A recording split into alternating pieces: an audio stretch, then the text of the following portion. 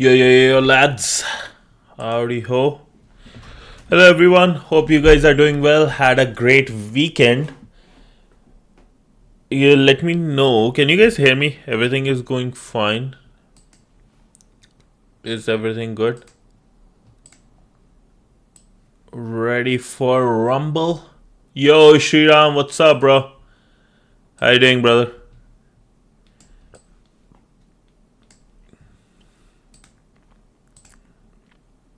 Is my audio okay?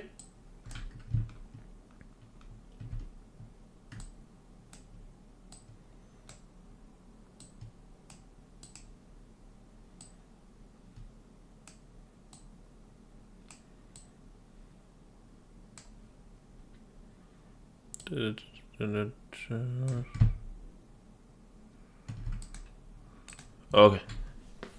Is my audio fine? You guys can hear me fine? Or no? Before we get started, I just want to make sure. Should be, right? Okay, you can hear me? That's good then. Okay, cheers. Let's go. Yeah. Love the energy. Hell yeah. Okay. So today we are going to cover task 5, 6, and 7 to complete our networking concepts.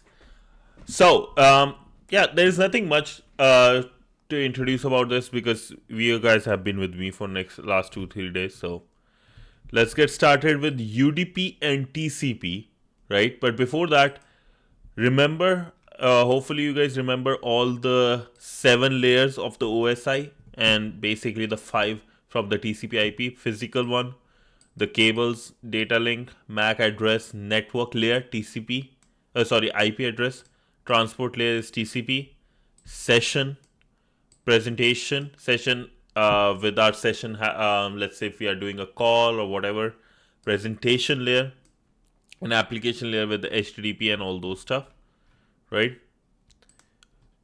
Then we have the TCP IP model, in which basically the application layer, presentation layer, and session layer are part of the application layer. Transport layer, network layer becomes internet, data link. Physical, there is no proper there. I think it's part of the second one itself. Okay, so UDP and TCP. The IP protocol allows you to reach a destination host on the network. Basically, IP protocol or IP address helps in the transferring of the packets from one computer to another. The host is identified by its IP addresses. We need protocols that would enable processes on networked hosts to communicate with each other. So basically, we need like some methods, some software, so that the process of networking, where one host can talk to another, right? We need those processes and or protocols, if you may. There are two main transportation protocols to achieve this communication. One is UDP, user datagram protocol, is the connectionless protocol, right? Basically, you need to understand it's a connectionless protocol. Um, Not that there is no like with the connection, right? UDP does not require a connection to be established. UDP is just suitable for protocol. So what does that mean? I will give you some good examples, and then we have the TCP one, which is a connection one, right? A three-way handshake happens, which is very important to remember with TCP. There is connection oriented, but three-way handshake is the main one here. To give you guys a easy sample of right what UDP and TCP is, right? There's a meme about it. Yes, that's perfectly right. Yep. There's this image which I love sharing every time if I talk about this. Let's say this baby is the data, right? TCP handles data very well, right? If there is communication happening between you and me, TCP is going to be like, for example, with the messages on like the chat, TCP will make sure the chat what I type versus what you type, right? Both reaches. But if you have done, like, let's say WhatsApp call, right? If you ever done WhatsApp call, the connection is not the best. Certain parts just vanish, right? You won't even know, and you can't get them back. They have vanished, right? There's so many more things about it, right? For example, let's say if the connection is bad, like all things go at same time. Though, and not that there is, like, with video calls, it's always UDP or it's always TCP, depending on which software you're using. For video calls, like for example with Twitch, I think they might be using TCP at the background, right? But for WhatsApp, they are using UDP. So different softwares you can achieve same or you can, for same type of service, you can implement either TCP or UDP. It's just what do you care about more, right? Or what type of service you want to provide. For example, emails, you want to make sure every single person you send the email goes through TCP. So you will hardly see a software that would use UDP for email. You will hardly ever see this because it won't be a successful one. Does that make sense? Like that, for data, both can provide the same type of service, but like it's just sometimes it's better to use one compared to the other. So UDP allows us to reach a specific process on this target host. UDP is a simple connectionless protocol, right? There is no connection properly set up. Let's say if I'm doing video call to you guys, uh really, I don't think so. I don't think so. I don't think so. Is UDP faster? Is UDP? Oh, it's generally faster. Like if there is no connection, error checking and stuff. Okay, yeah, makes sense. When is TCP faster than UDP? Let's see.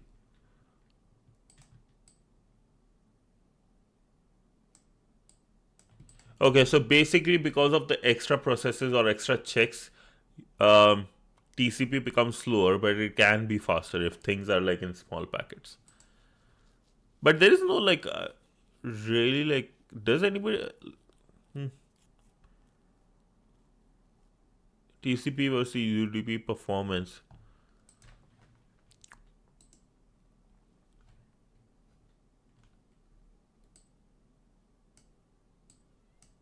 The most important thing TCP gives you is the congestion.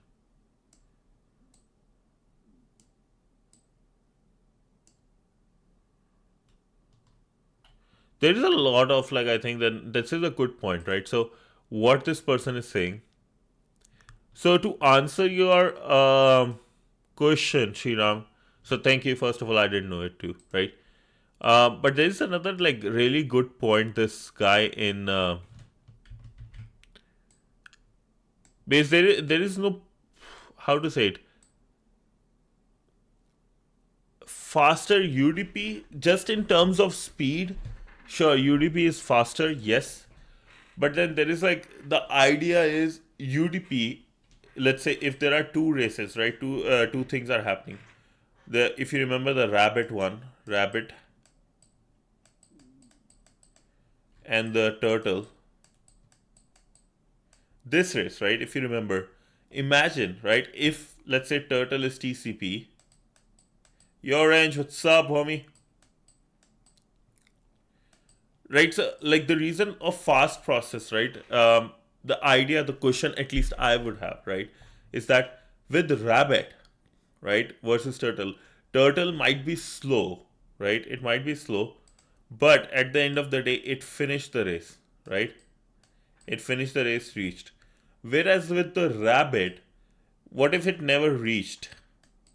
Even though it was faster, it never reached. So there is that thing.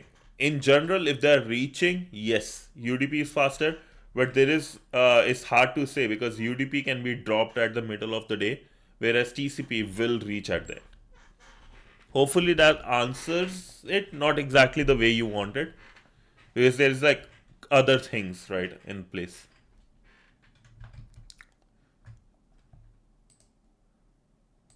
I think this is a good one. This is a good one. UDP versus TCP. The guy brings out some really good points. Sweet. Thank you, man. That's a good question.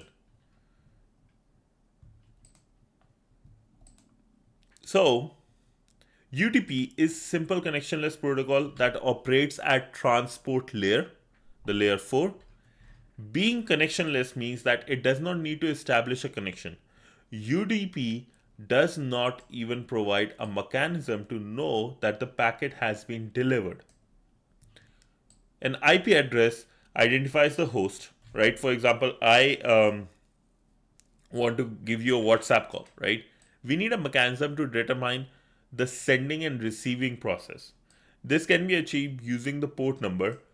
So port number uses two octets consecutively. It means between 1 and 65535. Port 0 is reserved the number. So basic to explain to the people what ports are, right? Let me give you a simple example.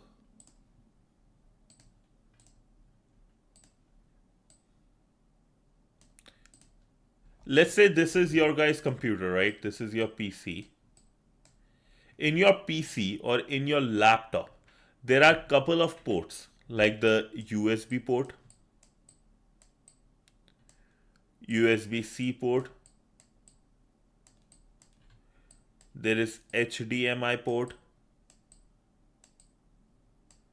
there can be another USB-C port, right? There are multiple ports. These are actually called physical ports. Yeah, no, I don't think so, bro.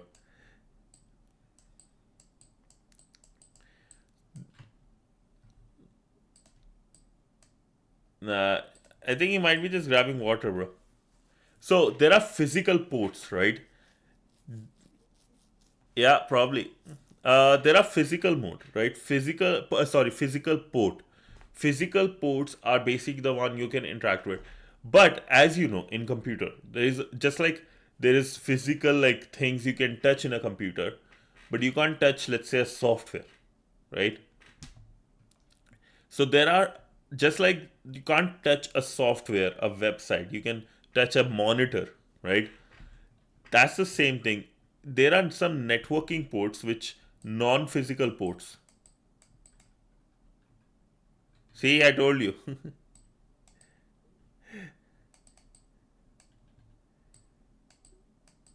There are non-physical ports which are actually your motherboard and your network interface got. And how many are there? There are total 65536 total number of ports, but available are -1, so 65535. So 126555, which is 2 raised to the power minus 1. 2 raised to power 16 minus 1. Right? So there is physical ports. Remember, there is physical ports, the one you can touch. Then there are non-physical ports that are inside your networking interface. And important know from a cybersecurity point, right? There are like every single majority of the ports, right? For example, if you know port 22, it will there are bunch of ports which are very important to memorize, and because they have a very specific purpose. For example, in your house, right, there are so many doors, but there is one specific door that is called the maid door where people come in and out of, right? There could be some back door where, let's say, for example, in a big building or in a restaurant, there would be a main door where customers come in. There is a back door where some employees can come and go in, and there might be a delivery door where only the big trucks for supply can come, right? So bunch of ports, and there are some general doors, right? Anybody from the hotel is coming in, whatever. So Though there are certain ports which are very specific in Purser, yeah, they have dedicated for certain purposes like SSH, HTTP, HTTPS. All these are have ports, right? 443. Other ones you guys have to just want to let you know, right? What ports are, because I didn't get the meaning of ports. I had to like understand. Yeah, there are 65535, 65,535. That's the maximum reaches. Total are 65,536. Yeah, default ports. A real life example similar to UDP is the standard mail service with no delivery confirmation. In other words, there is no guarantee that the UDP packet has been received successfully, similar to the case of sending a parcel using standard mail with no confirmation of delivery. In this case of standard mail, it means a cheaper cost than the mail delivery options with the confirmation. In the case of UDP, it means better speed than a transport protocol that provides confirmation. Yo, you got the answer here, I guess. That's amazing. Good. So in standard mail, right, I send a package to someone. I send a gift, Christmas gift card, right, to you guys. There is no way for me to know unless until I actually ask you again through a proper channel. In the case of UDP, it means better speed than a transport because there is no confirmation in UDP. But what if you want to if you want a transport protocol that acknowledges received packets? The answer lies in using TCP instead of UDP. TCP, Transmission Control Protocol, is a connection oriented transport protocol. It uses various mechanisms to ensure reliable data delivery sent by the different processes on the networked host. So connection oriented, main purpose to make sure the connection is there, like the two hosts that are in connection or that are communicating. The packet from me is going to you, just like in YouTube, and whatever you send, for example, through chat, I'm getting it, right? That's what TCP is. Like UDP, it is a layer 4 protocol.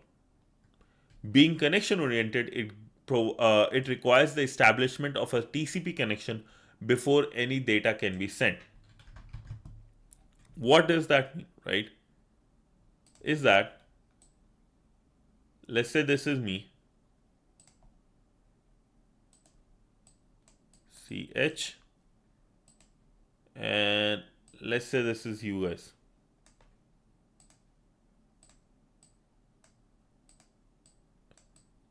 Right? So what does means in TCP, right? My this is my computer, this is your computer. Before a communication, before I can send you a message, before you guys can see my stream, before anything like that happens, a proper connection is established for a proper was like say for example, let's say this is your house, right?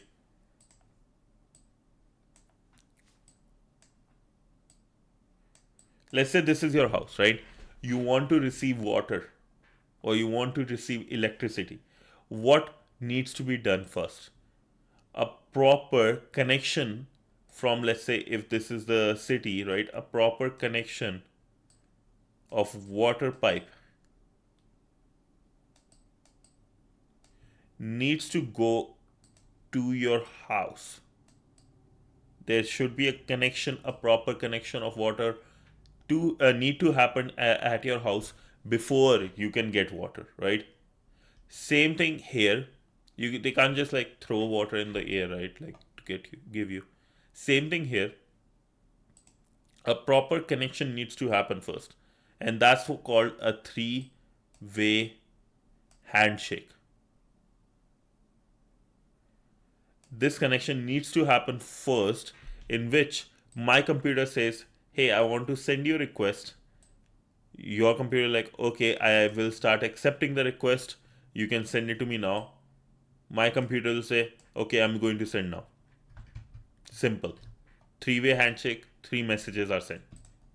In TCP, each data octet has a sequence number. Yes, sir, exactly. Yes, sync and acknowledge, and then acknowledge. Each data octet has sequence number. This makes it easy for the receiver to identify lost and duplicate packets. The receiver, on the other hand, acknowledges the reception. You're over. Howdy, bro. The receiver, on the other hand, acknowledges the reception of data with an acknowledgement number specifying the last received octet. What this means, right? The connection we are establishing.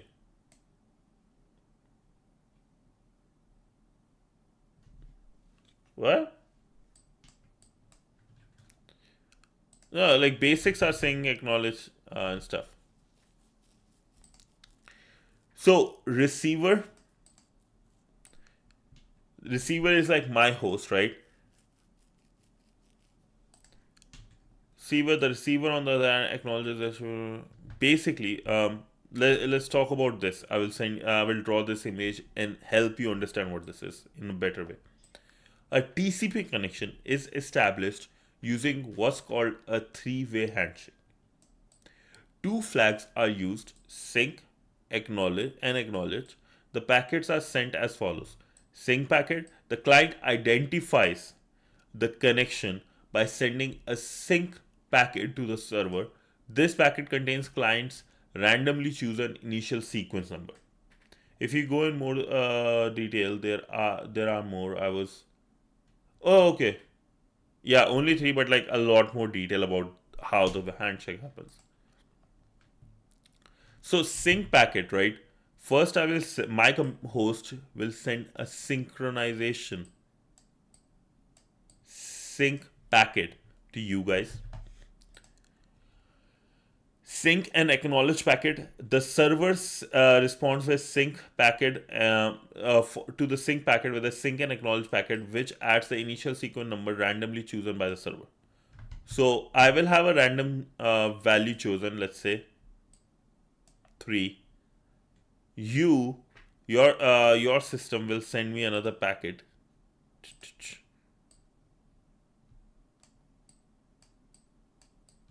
Sync and acknowledge packet, and let's say you chose the number, let's say you chose the number 5. Sync packet, the three-way handshake is completed as the client sends an acknowledge packet to acknowledge. What now? I will give you a bit more detail what now is going on, how in a human way you can think about it, right? But there is now just acknowledge. My computer says to you guys, hey, I want to start a connection with you. This is my random byte sequence number. Your computer says, okay, we are ready to establish the connection. I sent, what's this called? Your host will send me the message saying, okay, we are ready to establish the connection, right? And we acknowledge that you want to. Okay, we are ready to accept it. My computer then will say, okay, acknowledge that you are ready, right? Simple. Sync, async, and this is how, when you talk to Facebook, when you talk to YouTube, me, that's the whole connection. What protocols are available and accepted for the connection? Is it? Yes, yes yes What type of what connection? TCP basically, and what all things I will be sending, like for example HTTPS, FTP, all those stuff. Those extra information is also there. What type of connection, like inside, what I will be doing. When I do go to HTTPS Facebook.com, right?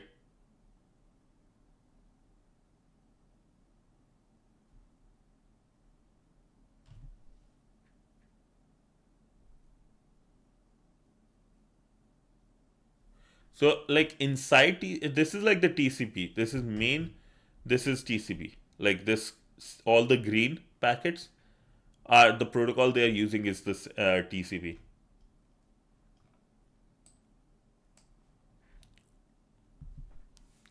Similar to UDP and TCP. Does that answer your question? Like basically, you're asking what protocol is used when this during this communication, right?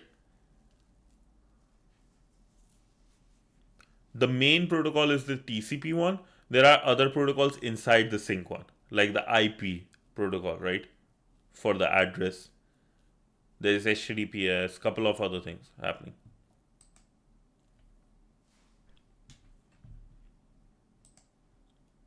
Yeah.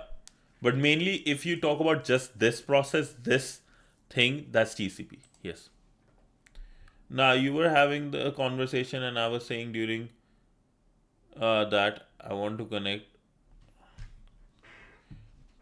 You were having the conversation, and I was saying during that I want to connect talk. They also decide.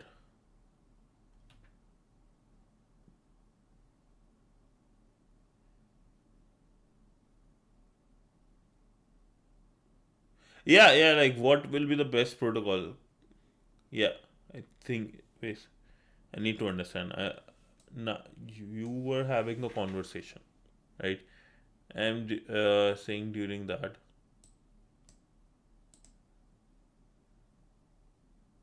Oh, okay. And there's nothing missing, right? Like,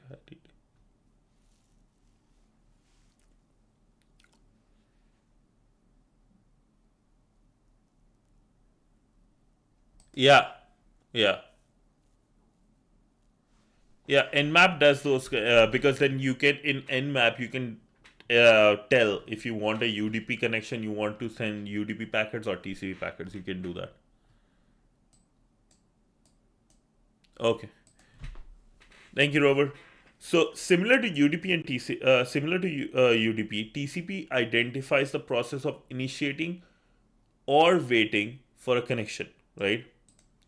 Using a port number. As stated, a valid port number ranges one between 1 and 65535 because it uses two octets. One octet is 8 bits, so 2 to the power 16. 2 bytes, we need 2 octets.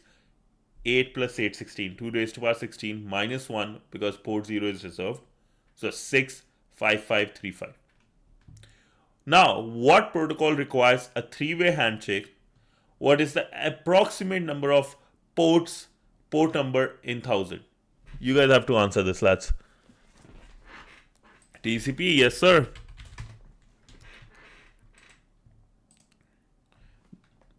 65, yes. Awesome. So let's get into the encapsulation. Before wrapping up, it is crucial to explain another key concept called encapsulation. In this context, encapsulation refers to the process of every layer adding a header and sometimes a trailer to receive unit of data and sending the encapsulated unit of layer below, right? Encapsulation is an essential concept as it allows each layer to focus on its intended functions. In the image below, we have the following 4 steps. So I will explain to you. I have a really good uh, way to explain this. Application data. It it all starts when the user inputs the data they want to send into the application, right? For example, you write an email or an instant message and hit the send button. The application formats that data, starts sending it according to the application protocol used during the layer below it, the transport layer. Now, let's do a quick thing for easy. Do I have that? No. I want to show you guys do it in a proper way.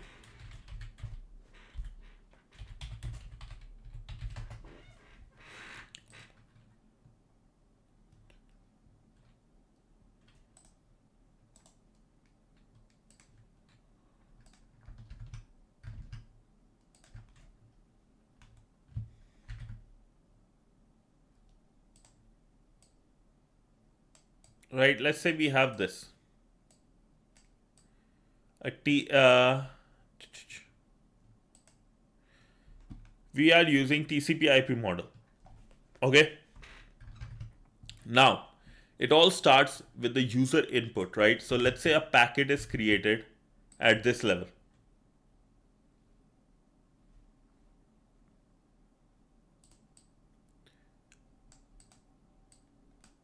I wish I could crop it. Crop image. Nice.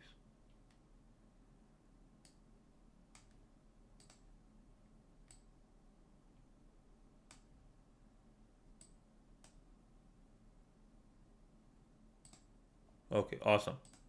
So it starts with application data, right? And every single layer has its own like protocols, but it all start, let's say, here.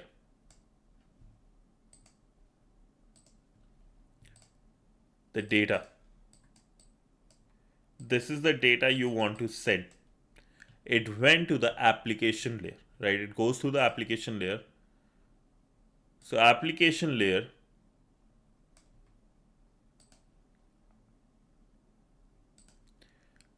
will have some header.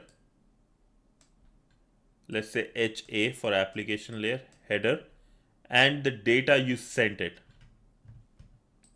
before.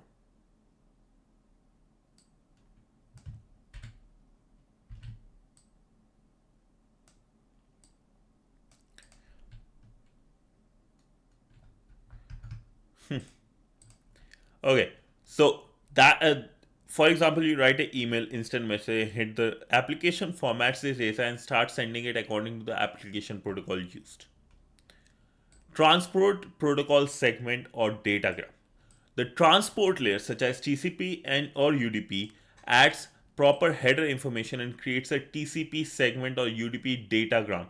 For TCP it's segment, UDP is datagram. We'll talk about segment. It's easy. We're just one, but you guys will get the idea. This segment sends to the layer below it, the network layer. So what now happens is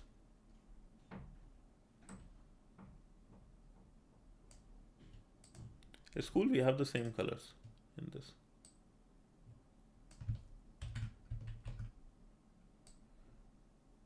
This data from application layer now a bigger it becomes a bigger packet. Now it has a header or extra information from transport layer, and that's all the data it has. Same thing now we'll have with the network layer. The network layer, that is the internet layer, adds a IP header to receive TCP segments or UDP datagram. Then its IP packet is sent to the layer below it. Right? So again, the same process. Say let's keep it white this time. Not the best thing to say on the internet.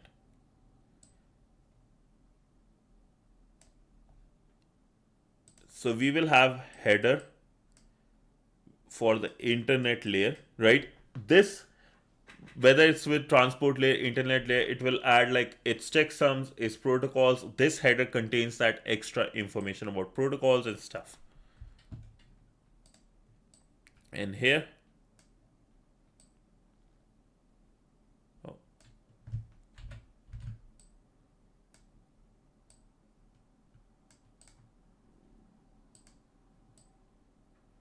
now let's quickly do this guy.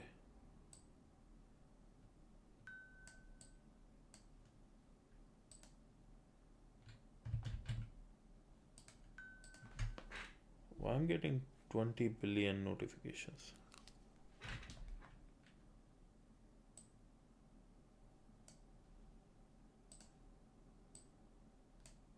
Then we have a header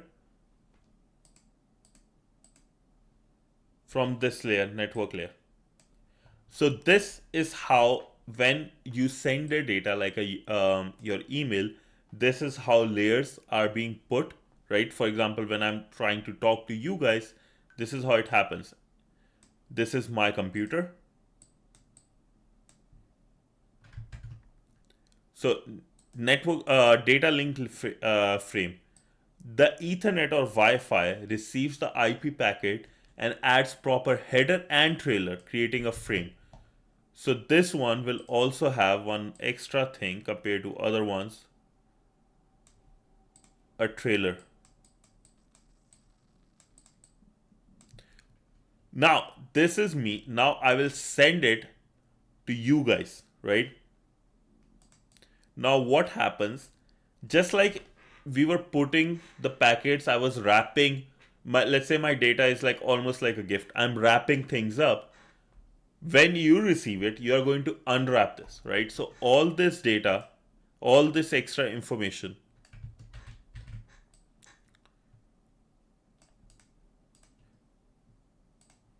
you first start with unwrapping this one. You remove the header and trailer. Your computer then removes this one, then this one, then this one, and you receive the data at the end. This is basically how the whole internet talks, how the whole world talks at this point. We start with the application data. At the transport layer, we add a TCP or UDP header to create a TCP segment or UDP datagram. Again, at network layer, we add proper IP header, get the IP packet, then we go to the internet, right? Routed over the internet. Finally, we add appropriate header and trailer for the Wi-Fi and data.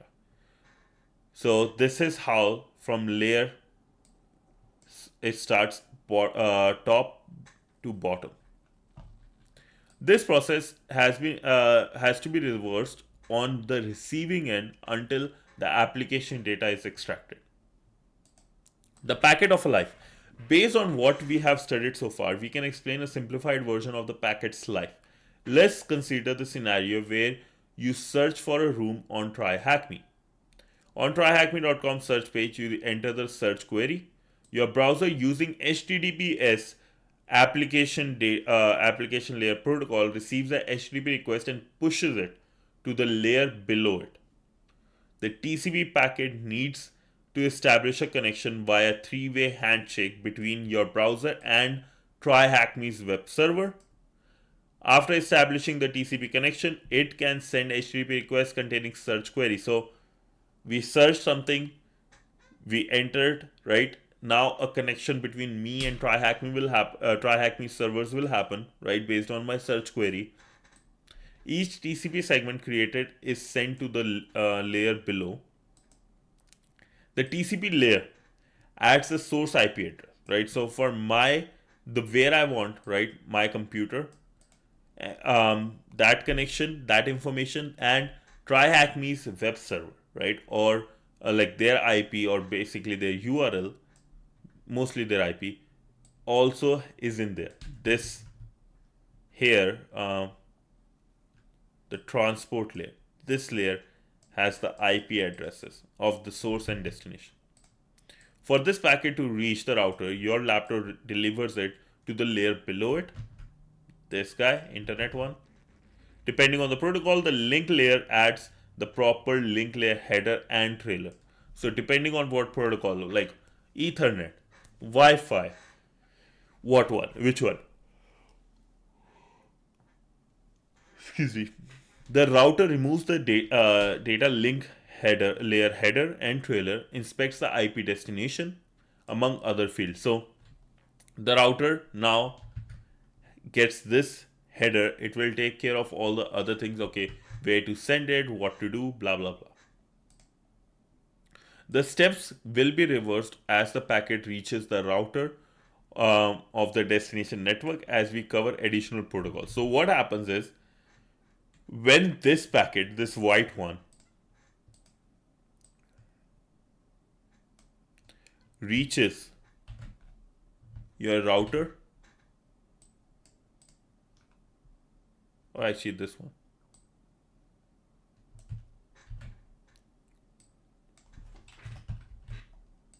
right? This is the network one, right? MAC addresses are removed, and the white one, where it's like the other information needed. For example, the TCP one, I believe. No, it's the blue one. Actually, these ones are removed. The blue one with the IP addresses. That's what your what's the name? Router takes care of, right? On a Wi-Fi, within what will okay. On a Wi-Fi, within what will an IP packet be encapsulated?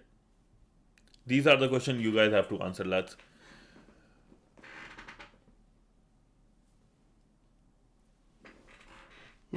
So this is asking fragment, packet, what the answer would be for here.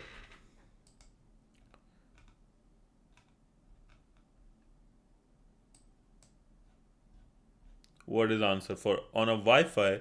Within what will an IP packet be encapsulated? So, what is the name of this like green thing? Are you sure? Okay.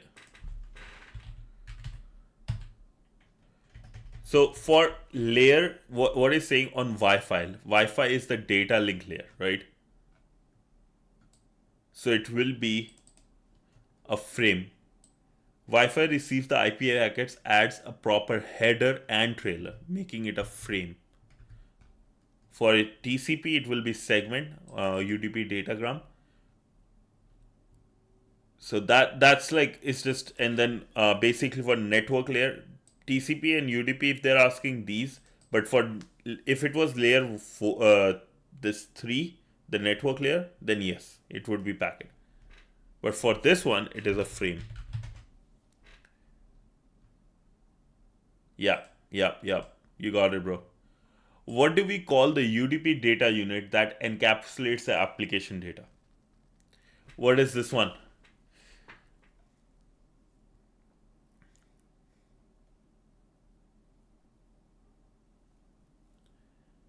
So yeah, frame and frame for layer 2. Yeah. So packet for layer 3 if they're asking about IP, but for if they're asking UDP, it's datagram. I don't remember much about datagram segments. I just need to I have a good understanding of how this packaging and unpackaging happen, and that's what like I think does help big time.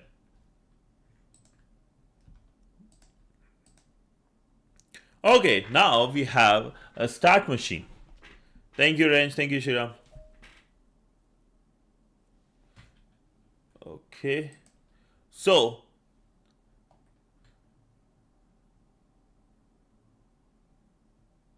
we're doing free ad. Did I? Start the machine. Okay.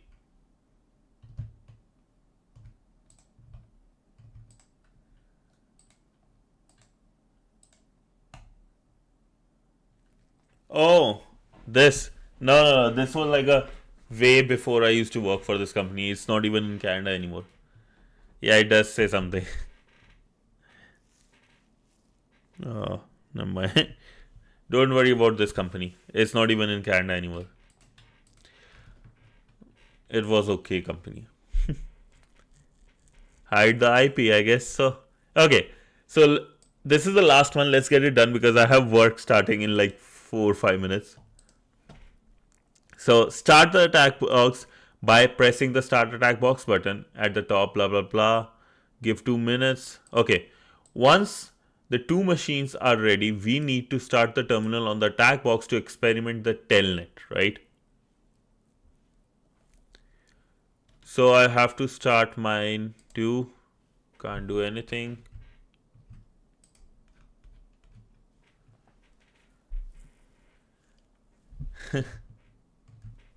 So Telnet protocol is a network protocol for remote terminal connection. In simpler words,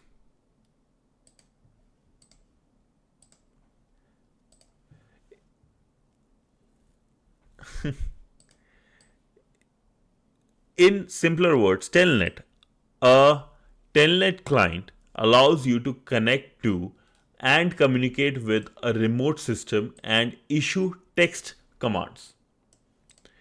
Although initially it was used for remote administration, we can use Telnet to connect to any server listening to to a TCP port number.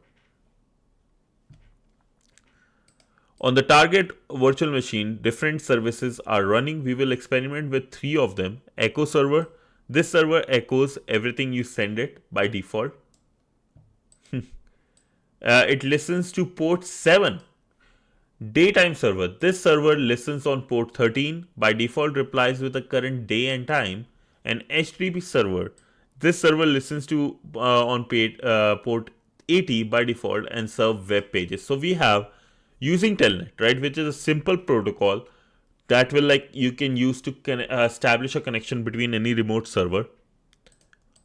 Echo server, daytime server, and web server. Before continuing, we should mention that the echo and daytime server are considered security risk and should not be run. However, we started them explicitly to demonstrate the communication between server using Telnet. So don't use those servers. They're just so you can these are just so that you can talk to see how Telnet works basically. In the terminal below, we connect to the target virtual machine at the echo server on port 7. So we have Telnet, this is our IP and the port number. So Telnet command, IP and the port number.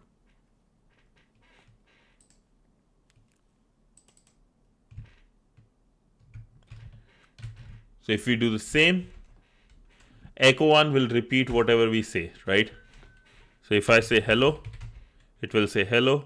If I say Shriram, Range, Rover, right? Subscribe, hack, I think that's better. So it will repeat whatever we say. Maybe we can break it by sending, let's say, some code or something. Or just like some Unicode. I don't want to try it actually right now.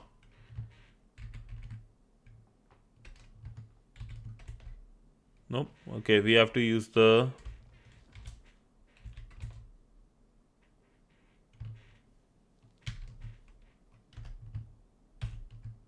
so this is we exited Telnet like the previous connection, but if we say hello now, it still is doing the same.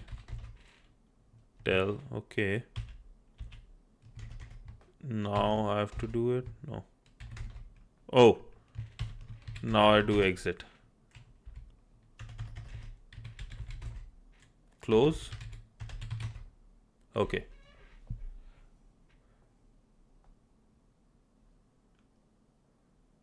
Looks oh, yeah. Actually, what happened, Wrench? Remember, I was saying on the weekend, like I was trying to add you as a approved.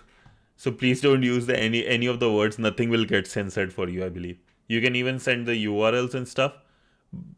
So that just make sure don't send anything. You are part of the approved list now. So yeah, congrats. So we have Telnet 7, so it repeats whatever we say. Oh, we have quit as well. Okay, that's the word. In the terminal below, we have the daytime server on port 13. Why you guys don't have to start saying that? You don't have to start saying that. Yo, I have to go back to this. Okay, never mind. It's part of the Telnet 13. No, not everyone. Actually, there is like only 5 people, I believe. So here we got daytime from our daytime server. Now let's start with the last and the fun one.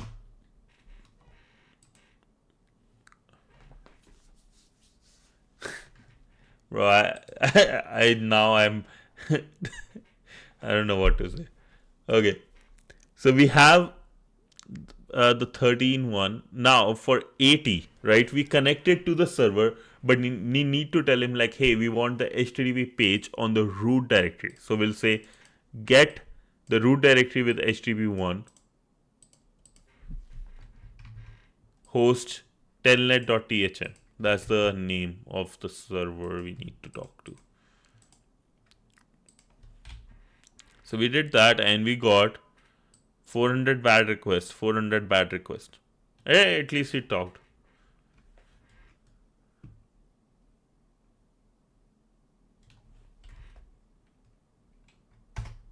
So if I say get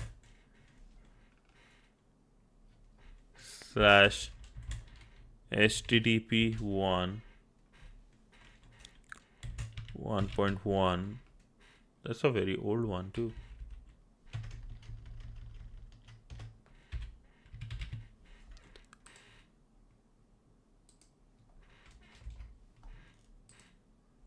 Host telnet.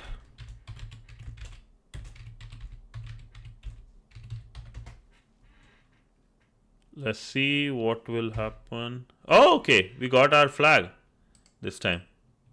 Last time, because of this extra space, we didn't. So this is great. So you guys, I'm the you guys have power. Nah, I'm not doing that range right now. Okay. With that being said, right, use Telnet to connect to the web server. What is the name and the version of the HTTP server? Let's see. 1.1. Name of the HTTP server? Oh, the light HTTP 1. Yes. This is what it's using.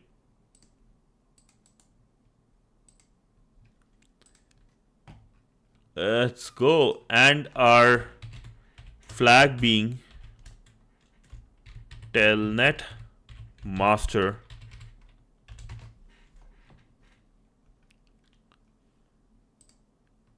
Conclusion. In this room, we covered the ISO OSI and TCP IP model, comparing and contrasting the two. We also covered IP addresses and subnets, briefly explaining routing. Furthermore, after diving into TCP and UDP, we explained encapsulation. For demonstration purposes, we used Telnet to talk to the different servers over TCP.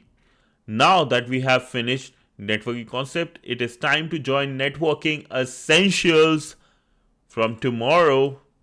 Please note and remember all the concepts. I'll try to remember. All good. Yo, this is the first room with the new stuff. Nice.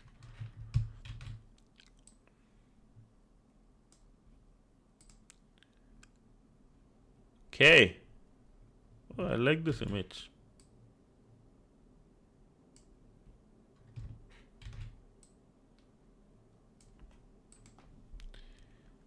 Yeah, boy. Okay, so from tomorrow, we will start working on this premium room, networking essentials. So we have the introduction, DHCP, something you use, ARP, something is very important, ICMP again important, routing and NAT. Okay, all are important concepts then. Like in this one, this will be fun. Alrighty, lads. Sorry, you you saw me yawning couple of times. I just slept around 1 a.m. my time. Been studying this stupid software for so long. For so long. There's Alpine.js I've been studying. There is a local server I made of this goody good guy, Adobe Experience Manager, and I'm like really, really tired.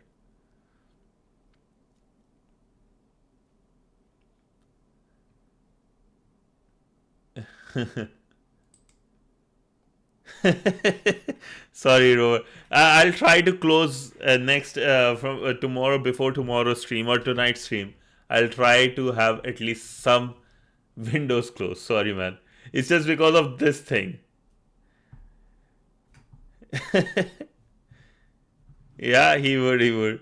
It's just because of this thing. I have like 3, 4 windows open because on left I'm doing something, on right I'm reading something. Is because of this specific thing, man. And you know, like if you actually see, I have somehow just a version, but if you see AEM, right, Adobe Experience Manager, It's a content management system. It's like almost like WordPress. But do you want to see the price? Do you want to guess what would be the price of this yearly? Do you know the price? Ever thought of it?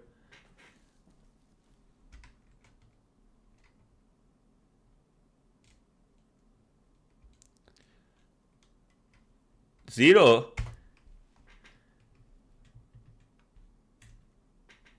I believe last time I checked here, licensing starts at $30,000 per year. And so some of its extra plugins can make it go to $60,000 or $80,000 total annually, just the software licensing. Cheers. Enjoy. So this was your favorite censored hacker, leaving you with some trauma to deal with, like how expensive this software is. And what I was doing for last 2 days was just learning this thing. I'm still learning. Yeah.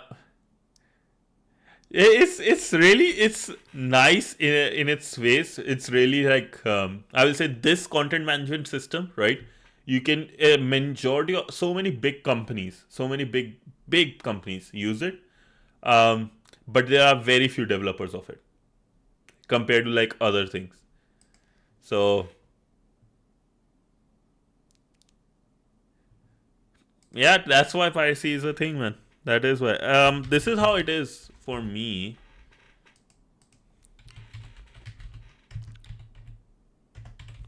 The good old admin. I didn't set up that password.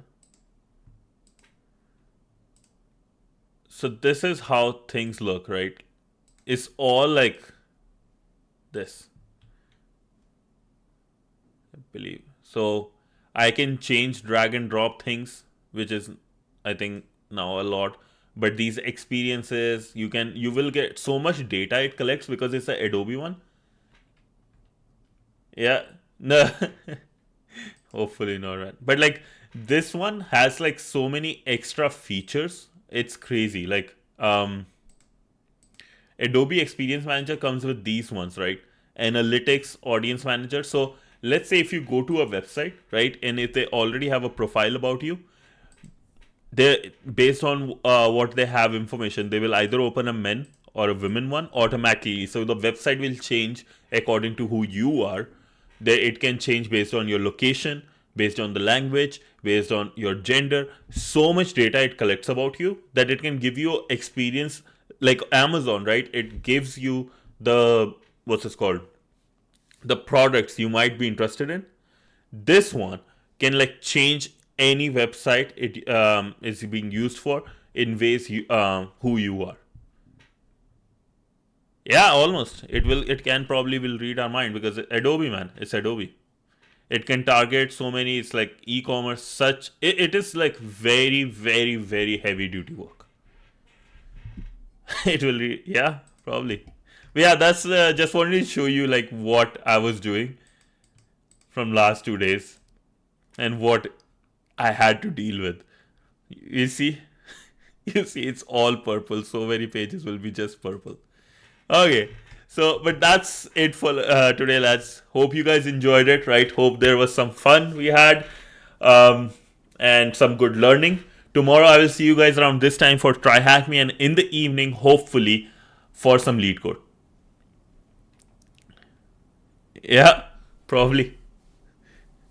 Yeah, go for it, man. A lot of people call me G. Same thing. Don't be G, bro. Okay, but this is your favorite sensor hacker signing off to sniff some networking packets and go do some slavery. Till then, thank you so much, and I will see you guys tomorrow. Till then, bye. Bye, everyone. Thank you so much for joining. Love you, love you, love you, love you, love you, love you, love you. Have a nice day. Have a good night, and peace out.